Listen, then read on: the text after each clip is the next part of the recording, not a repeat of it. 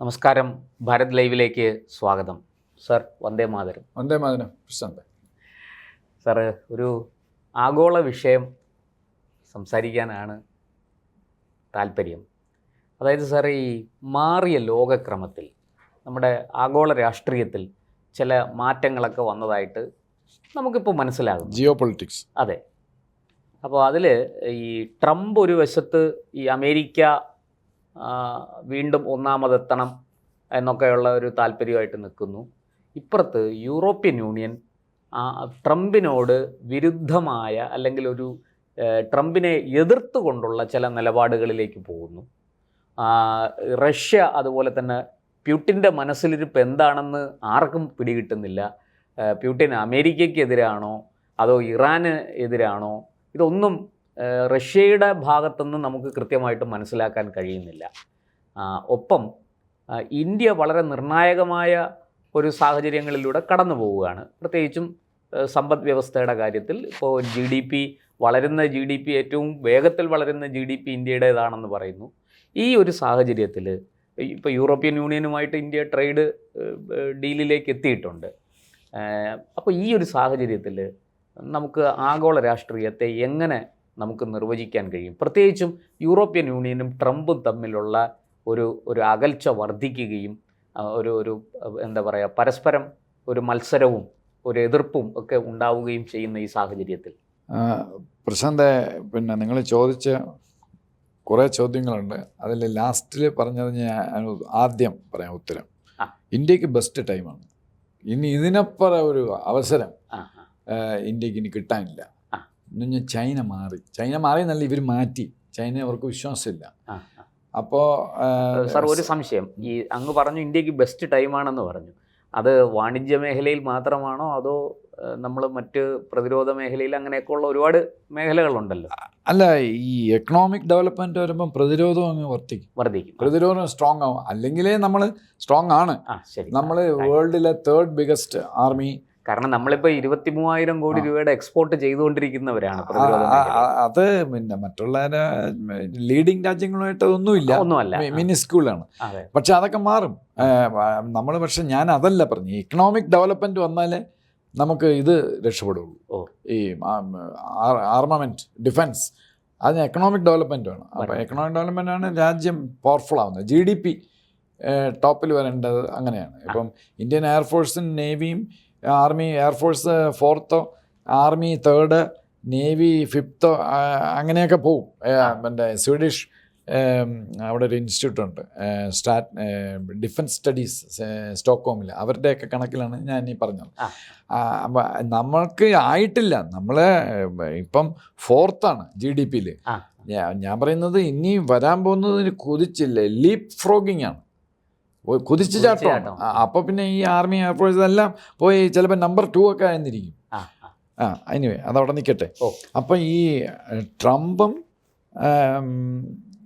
ഇപ്പോൾ അമേരിക്ക ലോകത്തിലെ GDP nearly $30 trillion ആണ്. അതെ, റഫ്ലി 30 trillion. Number 1. Number 2 is China. അത് ബ്ലോട്ടഡ് ആണ്. അവർ സത്യം പറയില്ല. അവർ 19 എന്നൊക്കെയാണ് പറയുന്നത്. എനിക്ക് ഭയങ്കരമായ സംശയമുണ്ട്. ഒന്നും എനിക്ക് വേണം വല്ല 10, 12, 14 ഒക്കെ. എനിവേ, അവന്മാർ നമ്പർ 2. Number 3 is Germany. പക്ഷേ അതിന് 2 വ്യത്യാസമുണ്ട്. Number 3 is Germany, number 4 is India, number 5 is Japan. പക്ഷെ അത് ഇപ്പോഴത്തെ ഈ നമ്മുടെ ഈ ഡോളറൈസേഷനൊക്കെ ആയിട്ട് വന്നപ്പോഴേ, നമ്മുടെ ഈ ഡോളറുമായിട്ടുള്ള വിനിമയ നിരക്കിൽ രൂപ ഇപ്പോൾ കൂപ്പുകുത്തി. അപ്പോൾ അങ്ങനെ വന്നപ്പോൾ നമ്മൾ 5ാമത്തെ സ്ഥാനത്തിലൊക്കെ പോയി. ഈ ഇംഗ്ലണ്ട് നമ്മുടെ മുകളിൽ കയറി. പക്ഷെ അത് തെറ്റായ കണക്കാണ്. ശരിക്കുള്ള ഒരു ഇതെന്ന് പറയുന്നത്, ഒരു രാജ്യത്തിൻ്റെ എക്കണോമിക് പവർ അളക്കാൻ PPP എന്നാണ്. 3P. Purchasing power parity.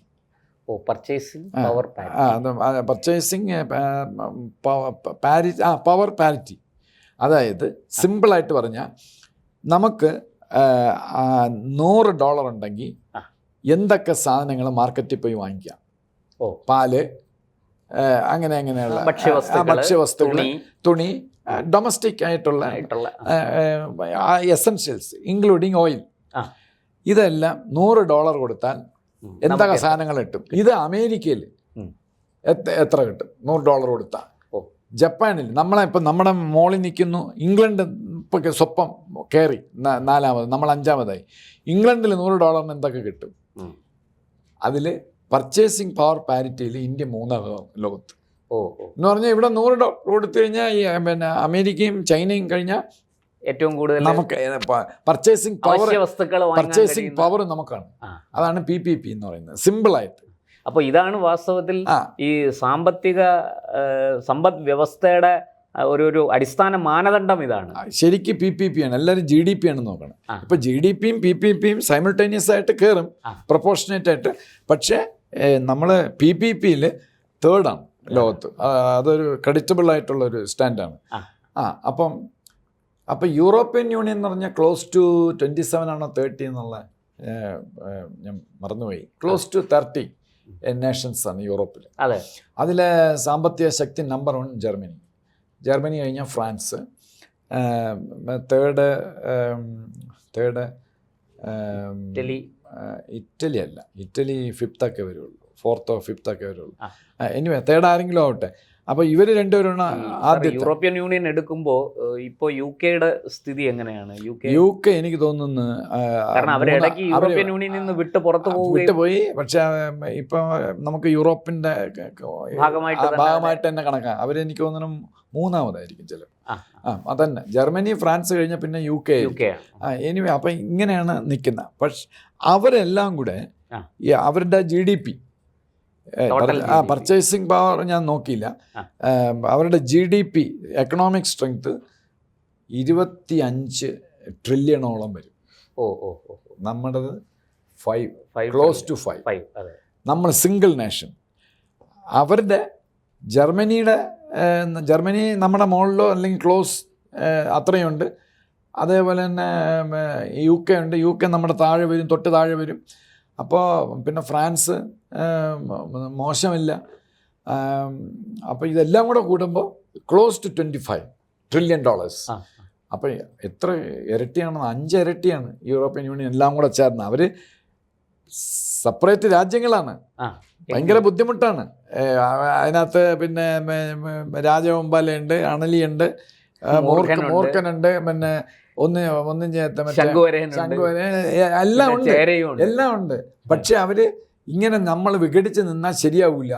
USA ആയിട്ടൊക്കെ നമുക്കൊരു പാരിറ്റി വേണമെങ്കിൽ ഇത് ഒരുമിച്ച് ഒരിക്കലും യൂറോപ്പ് എന്ന് പറയുന്ന ഒറ്റ ഇതിൽ വരില്ല. ഒരു രാജ്യമായിട്ട് അവർക്ക് സങ്കല്പിക്കാൻ പറ്റില്ല. നമുക്ക് പറ്റും. ഇന്ത്യയിൽ ഇവിടെ ഡിഫറെൻറ്റ് ഫുഡും ഡിഫറെൻറ്റ് ലാംഗ്വേജൊക്കെ സംബന്ധിച്ച് നമ്മൾ പണ്ട് മറ്റേ അശോക ചക്രവർത്തിയുടെ സമയത്ത് അതിന് മുമ്പുമൊക്കെ ഇവിടെ ഒരു ഭാരത് എന്ന് പറഞ്ഞ് പാകിസ്ഥാനും കൂടെ ഉണ്ടായിരുന്നു. അതുപോലെ ഇവർക്ക് വരാൻ പറ്റില്ല. എന്ന് പറഞ്ഞാൽ സ്ലാവ് ഉണ്ട്, ജർമാനിക് ട്രൈബ്സ് ഉണ്ട്, ആംഗ്ലോ സാക്സൺ ഉണ്ട്, ഇറ്റാലിയൻ ഉണ്ട്. എല്ലാവർക്കും അവരുടെ അത് ഭയങ്കര അവരുടെ പ്രൈഡ്, ഈഗോ ഉണ്ട്. പിന്നെ ഈ കോമൺ എനിമി ആയ USA-യും ചൈനയും വരട്ടാനാണ് ഇവർ EU ഒക്കെ ഉണ്ടാക്കിയത്. സത്യം ഒരുമിച്ച് നിൽക്കുന്നത്. പക്ഷേ ഒരുമിച്ച് നിന്നില്ലെങ്കിൽ നമുക്ക് കുഴപ്പമാണെന്ന് അവർക്കറിയാം EU. അതുകൊണ്ടാണ് അവർ ഒരുമിച്ച് നിൽക്കുന്നത്. ഇപ്പം EU ട്രേഡ് ഇവിടെ വന്ന് ഒപ്പിട്ടു. പക്ഷേ ഒപ്പിട്ടായില്ല. ഈ നമ്മുടെ മോഡിജി എല്ലാ പ്രധാനപ്പെട്ട യൂറോപ്യൻ രാഷ്ട്രങ്ങളിലൊക്കെ, ഫ്രാൻസ് ഇതുപോലുള്ള സന്ദർശിച്ചതിൻ്റെ കാരണം പറഞ്ഞാൽ ഈ ഓരോ രാജ്യത്തും ഈ ട്രേഡ് ഒപ്പിട്ടത്. ഇപ്പോൾ ഉർസലയാണ് എൻ്റെ പ്രസിഡന്റ്, ഉർസല ലേഡി. അവരാണ് ഇവിടെ 2-3 പ്രാവശ്യം ഓടി വന്നത്. അപ്പോൾ ഇത് ഒപ്പിട്ടെങ്കിലും അത് എൻഡോഴ്സ് ചെയ്യണം പാർലമെന്റ്, ഓരോ രാജ്യത്തിനും പാർലമെന്റ്. അപ്പോൾ ചിലരൊക്കെ ഇങ്ങനെ തിരിഞ്ഞൊക്കെ നിപ്പുണ്ട്. എന്ന് പറഞ്ഞാൽ നമ്മുടെ പഴയ മനസ്ഥിതി, ഇന്ത്യക്കാരന്മാർ പാമ്പാട്ടികളുടെ സ്ഥലമാണ്, വൃത്തിയില്ല, ബ്രിട്ടീഷ് ഉമാർക്ക് വൃത്തിയില്ല, ഇങ്ങനെയൊക്കെ. ഉദാഹരണം ഈ സ്കാൻഡിനേവിയൻ കൺട്രീസ്, അവര് പാവങ്ങളാണ്, നല്ല രസമാണ്, അവർ നന്നായിട്ട് പെരുമാറും പിടിക്കുകയൊക്കെ ചെയ്യും. പക്ഷെ അവര് സ്വീഡൻ ഒഴിച്ച്, നെതർലാൻഡ്സും സ്വീഡൻ ഒഴിച്ച് ബാക്കി അവർക്കൊരു സംശയം. അതുകൊണ്ടാണ് നമ്മുടെ മോഡിജി അവിടെ ചെന്നപ്പോൾ ഒരു പത്രക്കാരി അനാവശ്യമൊക്കെ ചോദിച്ചല്ലോ. അത് അവിടുത്തെ ഗവൺമെൻറ് അവളെ അതിനകത്ത് കയറ്റാൻ പാടില്ല. അത് നോർവേ ഗവൺമെൻറ്റും കൂടെ അറിഞ്ഞിട്ടല്ലേ എന്നൊരു സംശയം നമ്മുടെ തിങ്ക് ടാങ്ക്സിനുണ്ട്. അപ്പോൾ അവരത്ര പോരാ നമ്മുടെ ഇന്ത്യയായിട്ട്. പക്ഷെ ബാക്കിയുള്ള major countries Germany, France, Italy ഇപ്പം നമ്മുടെ സ്വന്തം ആളായിട്ട് നിൽക്കുകയാണ്. പ്രത്യേകിച്ച് മെലോണി. ഇറ്റലി, സ്പെയിൻ, ഇതാണ് മേജർ നേഷൻസ്. നെതർലൻഡ്സ് യൂറോപ്പിലെ ഇസ്രായേലാണ്. നെതർലൻഡ്സ്. അവർക്ക് ആർമിയും എയർഫോഴ്സും ഒന്നും ഇല്ലെങ്കിൽ ടെക്നോളജിക്കൽ ജയന്റ് ആണ്. അതുകൊണ്ടാണല്ലോ നമ്മളെ മറ്റേ ചിപ്പുണ്ടാക്കുന്ന മറ്റേ പ്രിന്ററിന് അവിടെ ലിത്തോഗ്രാഫിക്ക് അവിടെ പോയത്. അപ്പോൾ ഈ 20 ക്ലോസ് ടു 25 ട്രില്യൺ ആണ് അവരുടെ GDP. അതേസമയം USA-യുടെ 30. വെറും 6ന്റെ വ്യത്യാസമേ ഉള്ളൂ. 5ന്റെ 6. ഇവരെ ഒന്ന് ആഞ്ഞു പിടിച്ചാൽ USA മറികടക്കും. കാര്യം ടെക്നോളജിക്കൽ ജയന്റാണ് ഈ യൂറോപ്പിൽ. അവരെല്ലാം അമേരിക്ക തന്നെ യൂറോപ്പിൽ നിന്ന് കുടിയേറിയവരല്ലേ കൂടുതൽ. ട്രംപ് എവിടുത്തുകാരനാ? ജർമ്മൻ. ട്രംപിന്റെ അപ്പൻ ഇവിടുന്ന് പോയതല്ലേ, ജർമ്മനിയിൽ നിന്ന് പോയതല്ലേ. അപ്പോൾ പിന്നെ 17th സെഞ്ച്വറിക്ക് മുമ്പ് അവിടെ ഇല്ല, ആരും ഇല്ല, വെള്ളക്കാരും അവിടെ. USA ഇല്ലല്ലോ അവിടെ. അല്ല, മറ്റേ അസ്റ്റക്ക്, മറ്റേ ഇവരൊക്കെ അല്ലേ, റെഡ് ഇന്ത്യൻസ് ഒക്കെ അല്ലേ. അപ്പോൾ ഇവരവിടെ പോയിട്ട് ഒരു 300 വർഷം ഒക്കെ ആയിട്ടുള്ളൂ കഷ്ടിച്ച്. അപ്പോൾ ഇവരെല്ലാം യൂറോപ്യൻസാണ്. ഇംഗ്ലണ്ടിൽ നിന്ന് പോയവരുണ്ട്, ജർമ്മനിയിൽ നിന്ന് പോയവരുണ്ട്, ഫ്രാൻസിൽ നിന്ന് കുറവാണ്, ഇറ്റലിയിൽ നിന്ന് പോയവരുണ്ട്. അപ്പോൾ അവർ 30, ഇവർ 24. ഈ GDP, എക്കണോമിക് വെൽത്ത് എല്ലാത്തിൻ്റെയും ഒരു പ്രധാനപ്പെട്ട യാർഡ് സ്റ്റിക്കും പാരാമീറ്ററുമാണ് ഒരു രാജ്യത്തിൻ്റെ അഭിവൃദ്ധി, സ്ട്രെങ്ത്. പിന്നെ അമേരിക്കയുടെ മിലിറ്ററി പവർ ഇല്ല യൂറോപ്യൻ യൂണിയന്. പക്ഷേ അതിനുള്ള ടെക്നോളജി ഉണ്ട്. ഞങ്ങൾക്ക് എന്തിനാണ് ഈ ആർമിയും എയർഫോഴ്സും ഒക്കെ? അമേരിക്ക ചേട്ടൻ നിൽക്കുകയില്ലേ, അണ്ണൻ നിൽക്കുകയില്ലേ, അണ്ണൻ എല്ലാം യുദ്ധം ചെയ്തോളൂ. ഫസ്റ്റ് വേൾഡ് വാർ തൊട്ട് USA പണിഞ്ഞുകൊണ്ടിരിക്കുകയാണ്. ഈ ട്രംപിനെ പറ്റി മിസ്റ്റർ ഡൊണാൾഡ് J. ട്രംപിൻ്റെ പല പോളിസികളോടും എനിക്ക് എതിർപ്പുണ്ടെങ്കിലും, നമ്മുടെ മാതൃരാജ്യത്തെ സ്നബ് ചെയ്തതും പാകിസ്ഥാനെ മോളിക്കോടിൽ ചെയ്യുന്നതൊന്നും എനിക്ക് ഒട്ടും യോജിക്കാൻ പറ്റുന്നില്ല. ബട്ട് ഈ ഒരു കാര്യത്തിൽ എനിക്ക് അങ്ങനെ ഭയങ്കരമായിട്ട് appreciative as A true blue American Yankee. അങ്ങനെ വന്നോടനെ പറഞ്ഞ്, നിങ്ങൾ ഇത്രയും നാൾ നാറ്റോ എന്ന് പറഞ്ഞിട്ട് മറ്റേ ജഗതി കിലുക്കത്തി പറഞ്ഞ്, മോഹൻലാലിന് പറഞ്ഞ്, അത് എൻ്റെ കാശ്, ഇതും എൻ്റെ കാശ്, എല്ലാം എൻ്റെ കാശ്, എല്ലാം USA-യുടെ കാശാണ്. Second world വാറിലത് കണ്ടുപിടിച്ചതാണ്. ചർച്ചിൽ പോയി പിടിച്ച് കൊണ്ടുവന്ന് ചേർത്താണ്. ഇനി ആ പരിപാടി നടക്കില്ല. ദിസ് ഈസ് യുവർ വാർ. ഏത്? റഷ്യ ആയിട്ടുള്ളത്, ഉക്രൈനുമായിട്ടുള്ളത്. ഇറ്റ്സ് നോട്ട് മൈ വാർ അത് അങ്ങനെ പറഞ്ഞത് കറക്റ്റാണ്. അല്ലെങ്കിൽ ഒരു കാര്യം ചെയ്യും, 5% വെച്ച് ഇത് കൂട്ടാൻ പറഞ്ഞു, മിലിറ്ററി എക്സ്പെൻഡിച്ചർ ഇതിലേക്ക് ഇങ്ങോട്ടേക്ക് തരാനുള്ള. ഇപ്പം 2% ഉള്ളൂ നാറ്റോയ്ക്ക് കൊടുക്കുന്നത്. അമേരിക്കയാണ് മേജർ. അപ്പോൾ അമേരിക്കക്കാർ വന്ന് ചത്തോളും, യുദ്ധം ചെയ്തോളും. ഇവർക്ക് ആർമിയില്ല. ഇവർ മനഃപൂർവ്വം ആർമിയൊന്നും മികത്ത പിള്ളേരാരും ജോയിൻ ചെയ്യുന്നില്ല, റിക്രൂട്ട്മെന്റ് ഇല്ല, കോൺസ്ക്രിപ്ഷൻ അതില്ല, താല്പര്യമില്ല. അമേരിക്ക ഉണ്ടല്ലോ, അവർ വന്ന് യുദ്ധം ചെയ്തോളും എന്നുള്ള പൈസയും കൊടുക്കില്ല. അത് ശരിയല്ലല്ലോ. ഡൊണാൾഡ് ട്രംപിനെ നമുക്ക് അതിൽ കുറ്റപ്പെടുത്താം. അതുകൊണ്ട് നിങ്ങൾ ഇതെല്ലാം, അല്ലെങ്കിൽ നിങ്ങൾ 5% ആക്കാൻ പറഞ്ഞു, 5% കോൺട്രിബ്യൂട്ട് ചെയ്യാൻ പറഞ്ഞു. അപ്പം ഇപ്പം പിന്നെ അപ്പം ഇവരിപ്പം 1% മറ്റോ കൂട്ടിയിട്ടുണ്ട് ഈ നാറ്റോ കക്ഷി, അമേരിക്കയുടെ സമ്മർദ്ദം. പക്ഷെ അത് പോരാ. പിന്നെ മാത്രമല്ല, ഇപ്പം ഇവർക്കൊരു വേറൊരു ചിന്ത വന്നിട്ടുണ്ടോ, പിന്നെ അങ്ങനെ നമ്മൾ അമേരിക്ക താങ്ങേണ്ട കാര്യമൊന്നുമില്ല. നമുക്ക് പലതും ഇപ്പം ജർമ്മനി തുടങ്ങിയിട്ടുണ്ട് ഷിപ്പ് ബിൽഡിംഗ്, സബ്മറൈനിലൊക്കെ അവർ ടോപ്പാണ് ജർമ്മനി. പിന്നെ ഒരു കാലത്ത് അവരുടെ ബെസ്റ്റായിരുന്നു. അമേരിക്കയുടെയും ബ്രിട്ടീഷിൻ്റെ ഒക്കെ ടോപ്പായിരുന്നു. 1940s ജർമ്മനാണ് നമ്പർ. പിന്നെ ജർമ്മൻ എഞ്ചിനീയറിംഗ് ആണ് ലോകത്തിൽ ഇപ്പോഴും ടോപ്പ്, അതിന് ഒരു സംശയം വേണ്ട. പിന്നെ ഫ്രാൻസ് സ്വപ്പം വീക്കായിരുന്നുകൊണ്ട് ജർമ്മനി കയറി പിടിച്ചു. അതുകൊണ്ട് ഫ്രാൻസ് ചാൾസ് ഡി ഗോളിൻ്റെ നേതൃത്വത്തിൽ തീരുമാനിച്ചു, ഇനി നമ്മൾ സെപ്പറേറ്റ് ചെയ്യും. അങ്ങനെ അവർ വളരെ സ്ട്രോങ് ആണ്. ഫ്രാൻസ് ഇപ്പം ഇൻഡിപെൻഡൻ്റ് ആണ്. അവർക്ക് വേണമെങ്കിൽ അമേരിക്കയോടാണെങ്കിൽ അവർ യുദ്ധം ചെയ്യും, അതിനുള്ള കപ്പാസിറ്റി ഉണ്ട്. പിന്നെ ഇറ്റലി പഴയ പുലിയാണ്. ഇറ്റലി ഇപ്പം വന്നിട്ടുണ്ട്. പിന്നെ ഇതിനകത്ത് ഉള്ള നമ്മുടെ റഷ്യ, പ്രധാനപ്പെട്ട റഷ്യ യൂറോപ്പിൻ്റെ ഞാൻ എപ്പോഴും പറയും ഈ ഉക്രൈൻ വാർ എന്ന് പറയുന്നത് യൂറോപ്പ് ഉണ്ടാക്കിയതാണ്, റഷ്യ അല്ല. അപ്പോൾ ഈ റഷ്യ എന്ന് പറഞ്ഞാൽ 2 ട്രില്യനാണ്. യൂറോപ്പ് എല്ലാം കൂടെ 24, ഫ്രാൻസ് പിന്നെ ഇവരെല്ലാം ഇന്ത്യ പോലും നമ്മൾ 5ആണ്, ക്ലോസ് ടു 5. ഇതൊരു 2 ട്രില്യനേ ഉള്ളൂ റഷ്യയുടെ. പക്ഷേ ഈ യൂറോപ്യൻ യൂണിയന് ഭയങ്കര പേടിയാണ്. രാത്രി കിടന്നാലും മറ്റേ കുരിശൊക്കെ എടുത്ത് തല വെച്ചോണ്ടാണ് നടക്കണം, റഷ്യക്കാർ വരുമെന്ന്. ഇതേ ഉള്ളൂ, ഭയങ്കര പേടിയാണ് റഷ്യക്കാരെ. അതുകൊണ്ട് പിന്നെ ഞാൻ നേരത്തെ പറഞ്ഞില്ലേ, നീ മറ്റേ സ്ലാവാണ്, നീ ഞങ്ങളുടെ ജർമാനിക്ക് ആംഗ്ലോ ഇന്ത്യൻ ഒന്നും അല്ല, നീ വംശീയമായിട്ട് നീ കുറഞ്ഞ വംശമാണ്. ഇത് ഇപ്പൊ തുടങ്ങിയതല്ല, വർണ്ണവെറി 1000 വർഷം നമ്മൾ റോമൻ സാമ്രാജ്യത്തിന്റെ കഥ എടുക്കുമ്പോഴേ ഈ സ്ലാവുകളെ ബാർബേറിയൻസ് എന്നാണ് വിളിച്ചോണ്ടിരുന്നത്. പക്ഷെ ബാർബേറിയൻസ് ആണ് റോമൻ സാമ്രാജ്യത്തിന് പണി കൊടുത്തത്. അട്ടിലയും അലറിക്, അട്ടില, റോമൻ സാമ്രാജ്യത്തിൽ ഈ ഇവര് കുട്ടികൾ ഉറങ്ങിയില്ലെങ്കിൽ അമ്മമാര് പറയും ഈ കഥ അട്ടില വരണം, വേറെ ഉറങ്ങിക്കോന്ന് പറയും. ഇവര് രണ്ടുപേരും സ്ലാവാണ്. ഇവര് വന്ന് റോമിനെ കീഴടക്കി. അട്ടില പിന്നെ റോം പിടിച്ചെടുത്തില്ല, പോട്ട് പാവങ്ങളെന്ന്. അപ്പോൾ അങ്ങനെ പിന്നെ വേറൊരാളും കൂടെ ഉണ്ട്, അയാളുടെ പേര് ഞാൻ മറന്നുപോയി. അയാൾ ഭയങ്കര ഫേമസ് ആണ്. മറ്റേ ഈ ആൽസ് പർവ്വതം, ആനയെ കൊണ്ട് ആൽസ് പർവ്വതം ക്രോസ് ചെയ്ത് അവർ മറ്റേ സ്പെയിനിൻ്റെ അവിടെ നിന്നാണ് പറയുന്നത്. വലിയ ജനറലാണ് അയാൾ, അദ്ദേഹത്തിൻ്റെ പേര് ഞാൻ മറന്നുപോയി. കാർത്തേജിൻ്റെ ഹെഡ്. അപ്പോൾ ഇവരെല്ലാം ഈ ആംഗ്ലോ ഇന്ത്യൻ മറ്റവർക്ക് പണി കൊടുത്തവരാണ്. ഇദ്ദേഹം സ്ലാവല്ല, ഈ പറഞ്ഞ കാർത്തേജിൻ്റെ. പക്ഷേ ഇവരെല്ലാം സ്ലാവാണ്. അപ്പോൾ ഈ സ്ലാവുകൾ ശരിയല്ല എന്നുള്ളതാണ്. പക്ഷേ അവർ ഭയങ്കര ബുദ്ധിയും മിടുക്കമുള്ള, അതുകൊണ്ടാണല്ലോ റഷ്യ ഭയങ്കര മിലിറ്ററി പവറാണല്ലോ.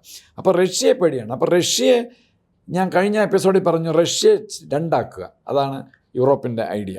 അത് UK ആണ് ഇതിൻ്റെ അച്ഛൻ, ഈ ഐഡിയയുടെ അച്ഛൻ. അവരെ 2 ആക്കുക, യൂറോപ്യൻ പ്രദേശവും ഏഷ്യൻ പ്രദേശവും. സൈബീരിയ എല്ലാം ഏഷ്യൻ റഷ്യയും യൂറോപ്യൻ അതാണ് അവരുടെ ഐഡിയ. അപ്പോൾ ഈ ഉക്രൈൻ വാർ ഉണ്ടാക്കിയത് യൂറോപ്പാണ്.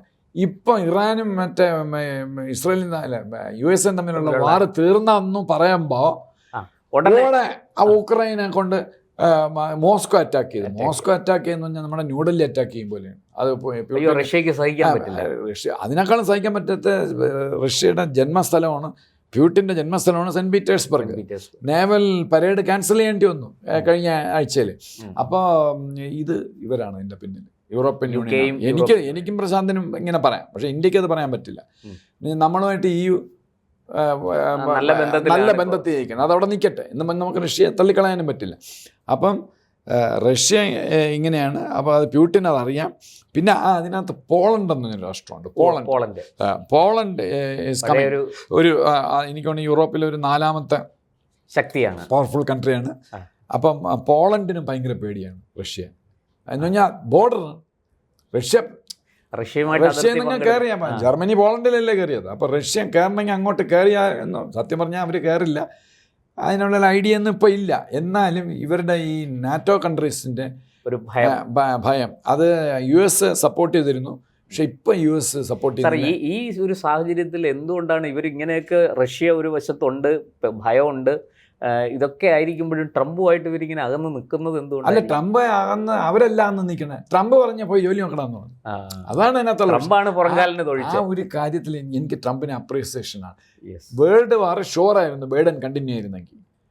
കാര്യം എന്ന് പറഞ്ഞു കഴിഞ്ഞാൽ ഭയങ്കര പ്രോത്സാഹിപ്പിച്ചിരുന്ന ബൈഡനാണ്.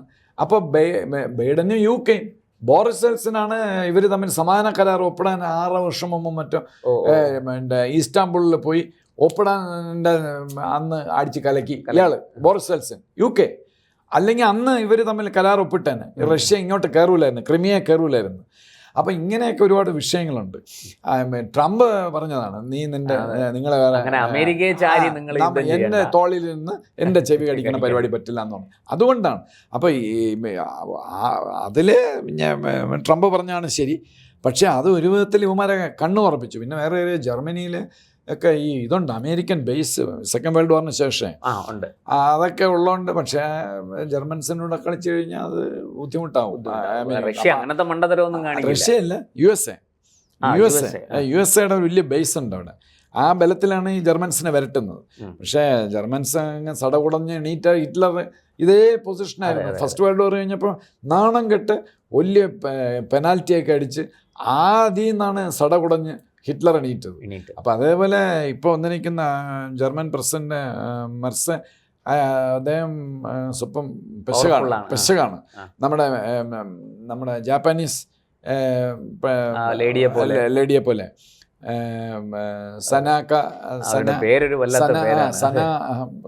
മറന്നുപോയി. ജാപ്പാനീസ് അവർ വരെയാണ് അടുത്ത ആഴ്ച ഇവിടെ നമ്മളവരെയാണ് ജൂലൈ 4th 5th വരെയാണ്. അതിന് നമുക്കൊരു എപ്പിസോഡ് അപ്പം ചെയ്യാം. അപ്പോൾ ഇങ്ങനെ നിൽക്കുകയാണ്. ഇപ്പം ഈ ഇന്ത്യ EU ആയിട്ട് വലിയ അടുപ്പമാണ്, ഇന്ത്യ റഷ്യ ആയിട്ട് വലിയ അടുപ്പമാണ്. അടുത്ത USA അടുത്ത ആഴ്ചയിലോ അടുത്ത മാസമോ വന്ന് ട്രേഡ് കരാർ ഒപ്പിടാൻ നിൽക്കുകയാണ്. അപ്പോൾ ഇന്ത്യക്ക് നല്ലതാണ്. ശരിക്കും പറഞ്ഞാൽ സാറ് പറയുന്ന അനുസരിച്ച് ഇന്ത്യക്ക് ഗോൾ അടിച്ചു. നമ്മളിതിനകത്ത് നമ്മൾ ആരുടെയും ആളല്ല, എന്നാൽ എല്ലാവരും. അതാണ് നരേന്ദ്രമോദിജി അങ്ങനെ ഒരു സ്റ്റാൻഡ് എടുത്ത് നിൽക്കുന്നത്. എല്ലാവരുടെയും ആളാണ്. അതാണ് ബുദ്ധി. എന്നാൽ ആർക്ക് വേണ്ടി ആരെയും നമ്മൾ തോണ്ടാനോ ചൊറിയാനോ ഒന്നും പോവില്ല. നമുക്ക് നമ്മുടെ കാര്യം വന്നാൽ സന്തോഷം. പിന്നെ ഈ USA-യും EU ആയിട്ട് കമ്പയർ ചെയ്യുമ്പോൾ പിന്നെ ഒരു പല പാരാമീറ്റേഴ്സ് ഉണ്ട്. ലൈഫ് എക്സ്പെക്റ്റൻസി യൂറോപ്യൻസിന് കൂടുതലാണ്. ഇൻഫന്റ് മോർട്ടാലിറ്റി, അതാണല്ലോ ഒരു രാജ്യം ഡെവലപ്പ് ചെയ്യുന്നത്, അത് കുറവാണ്. അമേരിക്കയിലാണ്. പിന്നെ അമേരിക്കയിൽ പോവർട്ടി ഉണ്ട്, 5% 6% ഉണ്ട്. ഇവിടെ അതും ഇല്ല. EU-യിൽ അതൊന്നും ഇല്ല, പോവർട്ടി ഒന്നും ഇല്ല. അപ്പം അങ്ങനെയൊക്കെ ഒരുപാട് സംഗതികളുണ്ട്. പിന്നെ കുറച്ച് പോപ്പുലേഷനേ ഉള്ളൂ. 24 ഇതും വെച്ചിട്ട് എന്തോ ചെയ്യും അവർ? പൈസ എത്ര കൊടുത്താലും മതിയാവില്ല. പോപ്പുലേഷൻ കുറവല്ലേ. 24 ട്രില്യൺ വലിയ, അല്ല 25 ട്രില്യൺ വലിയ എമൗണ്ടാണ്. അമേരിക്കയ്ക്ക് 35 കോടിയുണ്ട് കൊടുക്കാൻ. പിന്നെ അതിൻ്റെ അകത്ത് ദാരിദ്ര്യം, ഇപ്പോഴും വീടില്ലാതെ പിന്നെ ഈ കണ്ടെയ്നറിലൊക്കെ കിടക്കുന്നവരുണ്ട് USA-യിൽ. അങ്ങനെ ഒരു സംഗതി ഇവിടെ ഇല്ല, EU-യിൽ ഒരു രാജ്യത്തും ഇല്ല. അപ്പം എന്തായാലും സാർ, നമ്മൾ ഈ കാര്യത്തിൽ ഇപ്പോൾ ഭാഗ്യം ചെയ്തവരാണ്. ഈ പറഞ്ഞതുപോലെ അതെ, എല്ലാവരുമായിട്ടും നല്ല ബന്ധത്തിൽ നിൽക്കുന്നു. ആരോടും വഴക്കില്ല, ആരോടും നമുക്ക് വെല്ലുവിളികളില്ല. നമ്മൾ നമ്മുടെ കാര്യം നോക്കുന്നു. എന്തായാലും സാർ അങ്ങ് പറഞ്ഞതുപോലെ നമ്മൾ ഈ ജപ്പാന്റെ പ്രധാനമന്ത്രി ഇന്ത്യയിൽ അല്ല, അത് നമുക്ക് വരട്ടെ, നമുക്ക് നോക്കാം. അപ്പോൾ വരുന്ന അവസരത്തിൽ നമുക്കിതിൻ്റെ ബാക്കിയുമായിട്ട് തിരിച്ചു വരാം. അതുവരെ വന്ദേ മാതരം.